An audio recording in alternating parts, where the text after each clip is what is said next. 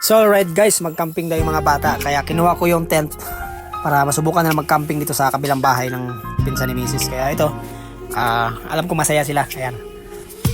Ako ang pakana nito eh. Kaya inabutan sila ng alas 7 ng gabi dito, kakalaro sa camping. Naghahabulan, dala ng bitbit ng mga ilaw. Iba talaga ang saya pag camping. Lalo na para sa mga bata. Ibang level kapag camping ang pag-uusapan, tapos may mga bata kayong mga ganitong edad. Masaya sila, siyempre na-explore sila sa paligid, o sa tabing dagat kayo, or kaya sa bukid, sa mga sapa. Pero ito yung pinakaunang tent namin before. Nag-start kami sa camping, ganito pinakaunang tent namin. Ito yung nabili lang ito sa Shopee, I think 1.5 peso. Ganito lang siya mura.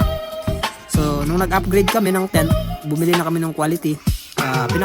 Pangalawang tent namin pala yung Bidalido Puunsan. So Bidalido Puunsan, 4 to 6 packs yun.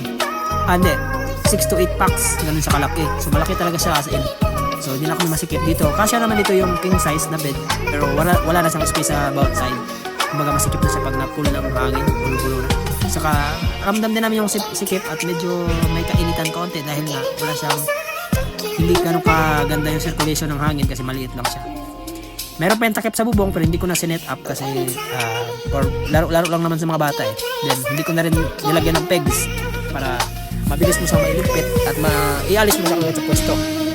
Ito nga yung automatic tent ng Shopee, pero hindi siya advisable sa mga matagalang camping, yung malakas ang ulan. Pag mga lang, pang summer lang siya actually. Huwag siya sa maulan na kasi pag maulan, tatagusan talaga yan. Or kaya at maglagay ka ng tent na maglagay ka ng panibagong tarp para may extra bubong para hindi ka maabutan ng malakas na ulan, katagusan. Pero doon sa bagong nabili namin na Bidalido Puunsan, 6 to 8 packs, binagyo na kami doon sa Zambales, sa Sitio Tangal. Tapos ang lakas pa ng bagyo, lakas ng hangin, ulan, lahat, never tumagos. Tuloy-tuloy pa yung ulan dati. Sa Suksan naman kami dito sa Laguna. Nadala din namin yun sa Quezon, Unisan, wala, never tinagusan ng tubig yun. Ganoon siya kalupit, ganoon siya katibay.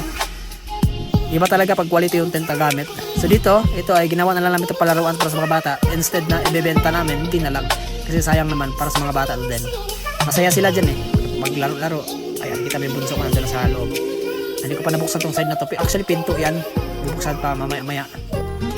So ito na sila ngayon sa loob. Tuwang-tuwa. Ayan yung pinsan nila, si Alvaro. Kulit-kulit eh.